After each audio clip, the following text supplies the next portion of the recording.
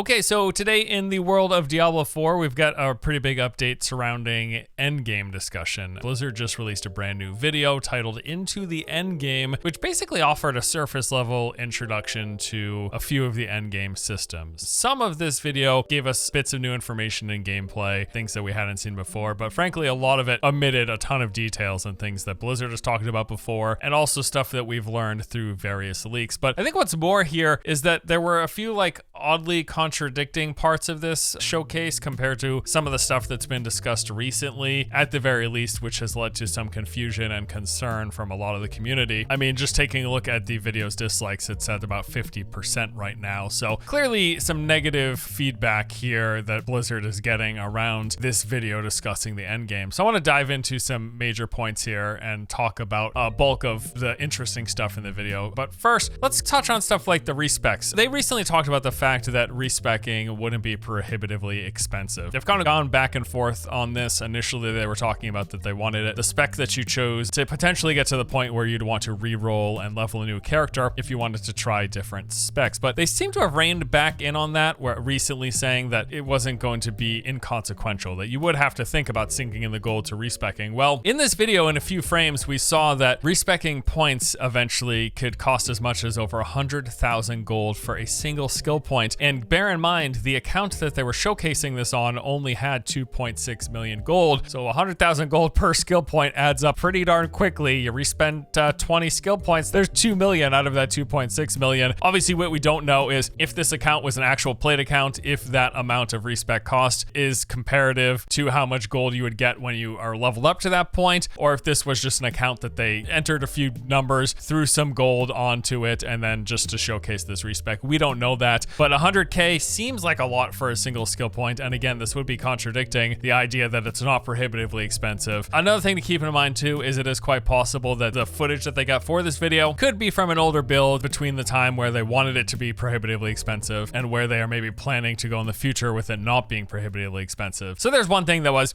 a bit confusing about this. Also, on the skill points, it does seem like 50 skill points is what we get through leveling up, reaching level 50, and then after that, we unlock those 200 Paragon points, and eventually more skill points as well, which probably is what we're just getting through the renown system, through the zone completion stuff, and then maybe some other ways. Maybe some campaign quests are also going to reward additional skill points beyond that. We'll have to see. Now onto the Paragon board, and this was a real sticking point in this video, it seems. So when they're talking about the Paragon board, they said, as your player continues to grow in power, you'll start with the skill tree. Around reaching level 50, we unlock the Paragon board, and this is how we continue a progression. It's almost like an extension of the skill tree. And now the quote here that I think has hung a lot of people up is, it was said that the Paragon board is a place where we allow you to have a lot more depth, a lot more customization, and many more options as you go. And in concert with saying that, they were showing the Paragon board and mousing over a bunch of nodes that were just like, +5 basic stats, like +5 strength, +5 intelligence. And almost the entire comments of this video are kind of memeing on that fact that they're sitting here talking about how great and impactful and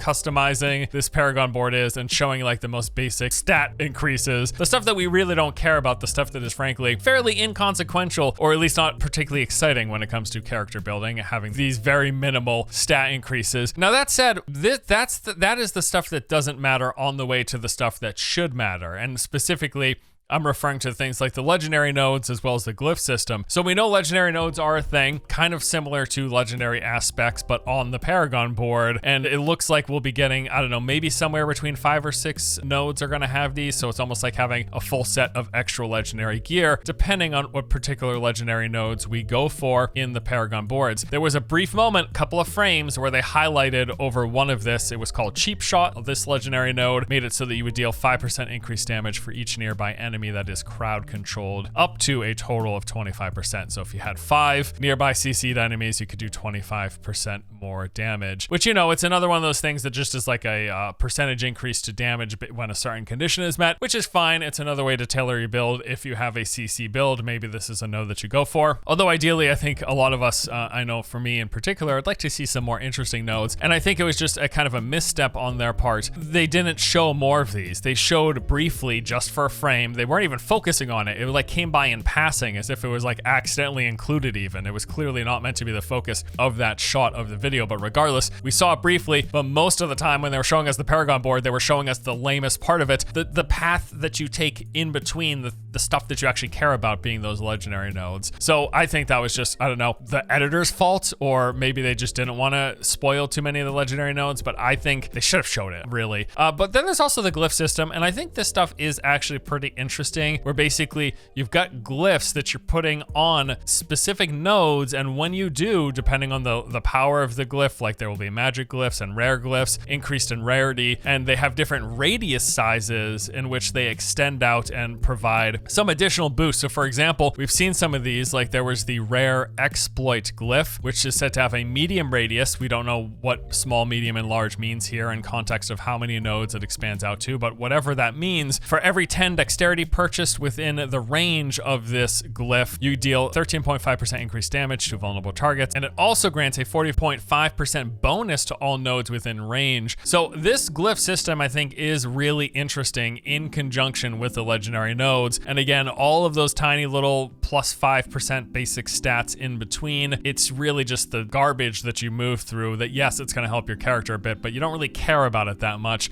You're just moving through it to get to the legendary node, and then you're trying to find good spots to place these glyphs on. I do think this system sounds more interesting than we were led to believe, or than they really expanded upon in this particular video. Bear in mind too, this video is clearly meant to just be a very basic watered down introduction to the system, but I still think they could have done themselves a few more favors than what we ended up getting. They also highlighted the fact that you can rotate the Paragon board, which is something that we knew, basically deciding, hey, I want to come into this next tier of Paragon board from a different direction, most likely because you want to put yourself closer to a particular legendary node, or you want to go a particular main stat path, or whatever the case may be. One thing I'm not sure that we know of at the moment is exactly how many Paragon boards and how many legendary nodes we can unlock and how many glyphs we can put in. I'm not really sure of the specifics here, and I think those are going to play a pretty big role into how interesting this system is to engage with as a form of endgame progression. That is just something we will have to wait and see. Okay, so next up, let's talk about some legendary stuff in the Nightmare dungeons. So they briefly touched on what the Codex of Power is. This is the system where when you complete dungeons, you unlock a legendary power that goes in your Codex, and then you can take that Codex with some resources and put it on some gear, like some rare gear that has good stats that you want, and that turns it from rare into legendary while giving you that legendary power. And it is like the lowest roll of the power, but it still kind of gets a build started more or less. Now, one of the developers said here, you are able to complete a dungeon and they will have a chance to drop an aspect for you to pick up. And I think this has led to some confusion. I think one of two things are possible here. Either that she was misspeaking, because there is no chance here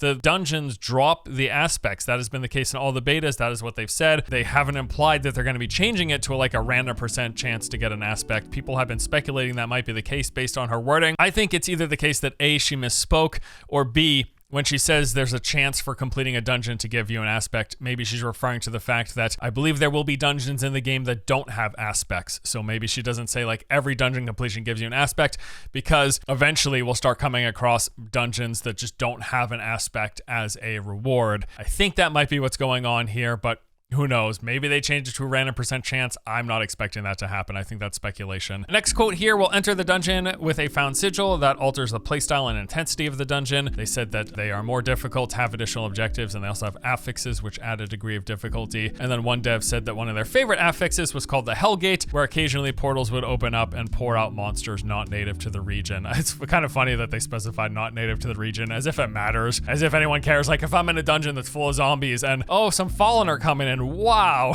nobody cares what's coming out. You're just gonna smash it with your skills anyways. But the idea of the affix system is certainly more interesting than the idea of just like enhancing monsters with things that change them, like a molten affix where the monsters explode when they die, right? That's cool, but having this additional layer of summoning portals periodically coming in. And we've actually learned a lot more from leaks. So in the leaks that have come out from the closed beta, they talked about the fact that the Nightmare Sigil is a consumable item. It's a one-time use item. You will find it or craft it at the occultist, and then that will allow you to corrupt any of the dungeons in the game. There's like over 120, they have said, with a particular affix. Now, once it's corrupted, you go to the dungeon. You won't just instantly teleport there. You actually have to move there. So you can maybe teleport to a nearby teleportation and then walk in. But in these dungeons, you have a limited amount of revives, which is, again, one of those things they didn't touch on. They say that the level of the monsters will depend on the tier of the Nightmare Sigil. So as an example, a tier 66 sigil will give you a level 120 monster. And you have to go through and you do the same basic objectives like you do in the base dungeons, whether you're finding a key or activating a switch or bringing stones to the door, whatever. But the monster density gets ramped up. You've got those affixes, and they actually talked about in the leaks way cooler affixes than just a summoning portal, like one where there would be lightning strikes periodically, and if you get struck with them, it's a one-shot. It will instantly kill you. However, while this is happening, an artifact is following you that will also periodically cast a dome of protection. So while the lightning strikes are happening, you have to step underneath a dome. And that's really interesting because it adds another layer of thing you have to pay attention to. Like, yes, I'm paying attention to the monster packs,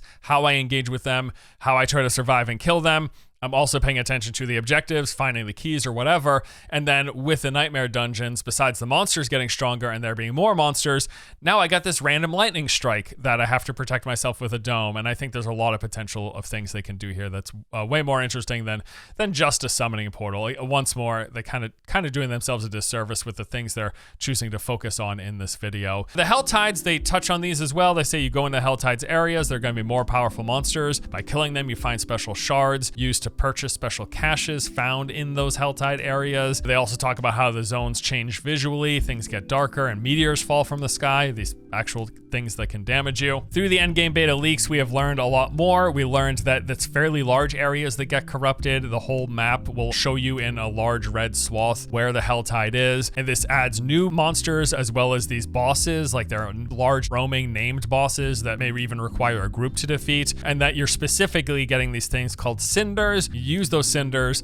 to open chests in the region, and the chest will have a specific legendary in it that you actually know of ahead of time. You can see what legendary comes in the chest, so as you're in a Helltide and you're gathering cinders, you are then able to basically pick what you want to use your cinders on, depending on whatever legendary that you might want. They only briefly touched on this in the official video though, but the Helltide system does sound like a pretty cool endgame feature. Whispers of the Dead, they talk about this. The tree basically gives you objectives. They say here in the video that so you have to serve out these bounties, gather different rewards, and bring them back to the tree in hopes that you can exchange it for something meaningful. And they actually showed us here the examples of the different rewards you can get. So you choose from a collection of one of three types, either one-handed weapons, boots, or gauntlets. And this is just going to be randomized for all the different gear slots. Whatever one you pick, depending on what a slot that you're farming for, you're just going to get loot within there. I don't know that this like necessarily guarantees legendaries or what, but obviously it's just another form of loot acquisition. So there will be a % chance for you to get gear as all the random rolls that are the case in this game. More details that we got from leaks that have come out from the beta. They just say that this is just like a regular bounty thing. You'll be doing various objectives.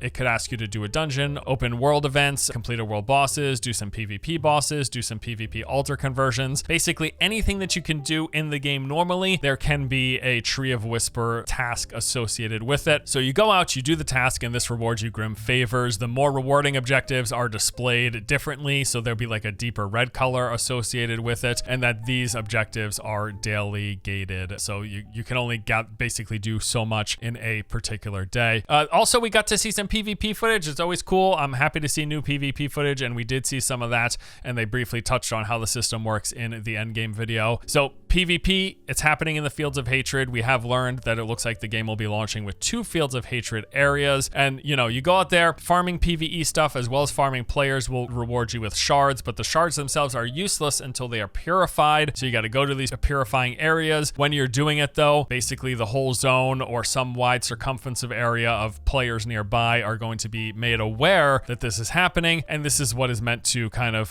force PvP conflict. So you go to purify your shards, other players know they're going to come and try to take it from you, because until it's purified, you can drop whatever you're carrying. So that's their way of building the PvP tension in the game. And we did learn from leaks as well that there's basically a PvP flagging system called blood marking. And according to the closed beta endgame testers, the endgame PvP zone was one of the best ways to get loot, mainly because it's got huge mob density there. So there's a lot of dice rolls and chances for legendary items and unique items to drop. But it's the risk versus reward of the fact that people can PvP here. While it might be a great place to get loot, you're also going to run the risk of dying, and that's going to obviously put a huge hindrance on your farming time if you're constantly getting killed by other players. So we'll have to see how this ends up playing out once the game is officially live. They touched on world tiers, and this was kind of interesting, maybe a bit of confusion here. So it was said that after the campaign, you will unlock the first capstone dungeon, and then doing that dungeon unlocks world tier 3. Now what's interesting is during the beta test, when you went over to check out world tier 3, it said you just had to reach level 50. It didn't mention it being tied to the campaign at all. My assumption here is that in your very first playthrough, the first time we play Diablo 4, yes, we're going to have to complete the campaign on our first character, but then after that, we can just swap world tiers on any one of our alts. I am curious though, if they're going to tie campaign completion into the seasons, or if we're going to get something like adventure mode, where a season starts and we can just do whatever we want. We level up our character in whatever means, whether we're farming nightmare dungeons or doing world events or whatever ends up being a good way to level up a character, regardless of the campaign. I'm assuming that's how seasons are going to be structured anyways. And then they basically wrapped up the video by saying that launch is only the beginning and they've got a lot of plans to keep the game fresh. Of course, here they're referencing the fact that Diablo 4 is a live service and that they are going to have seasonal updates 3 to 4 a year that they're saying, and we're hoping that are going to really mix things up a bit and change things up. So yeah, this video released by them, it was pretty watered down in terms of new details and stuff. Like I mentioned though, there were a few interesting things in there, and actually getting to see some of this stuff, like them releasing official footage of various things, us seeing more PvP, us getting an updated look at the Paragon board. All that stuff is pretty cool, but there was a ton that they barely scratched the surface of. Now they have said there is going to be an endgame focus live stream that's going to be happening on April 20th, so just a couple of weeks from now, featuring Riker. You might probably know him if you follow Diablo on YouTube. So Riker's going to be there, and they should be diving more into getting a lot more specifics and details. I'm not particularly upset that this one video wasn't super specific. I do think, again, that they did themselves a disservice with things like the Paragon board. In fact, if you take a look at the video, yeah, it's got like 50, maybe it's now at 60% dislikes right now. A lot of people weren't particularly happy, and it seems like most of the displeasure came from and centered around the Paragon board. I think their editor could have done a better job of actually showing why the Paragon board matters besides the +5 stats, but it's also not particularly the end of the world. And there wasn't anything really revolutionary here in this video either. Like I said, they were really just rehashing some of what they've already talked about, even not going very much so into depth and omitting some stuff. Like they didn't touch on world bosses at all, which was interesting, but presumably we're gonna get a lot more of that on April 20th, so we will see. But that's gonna do it for this video, guys. Thank you so much for watching. Hope you enjoyed. Hope you're enjoying the new Diablo 4 centric channel. You'll be seeing me as well as Liam here making various videos. We're trying to alternate stuff. It just depends, because it's a lot of stuff going on. It's a lot of fun though. Really looking forward to the game, and I'll see you guys later. All right, take it easy.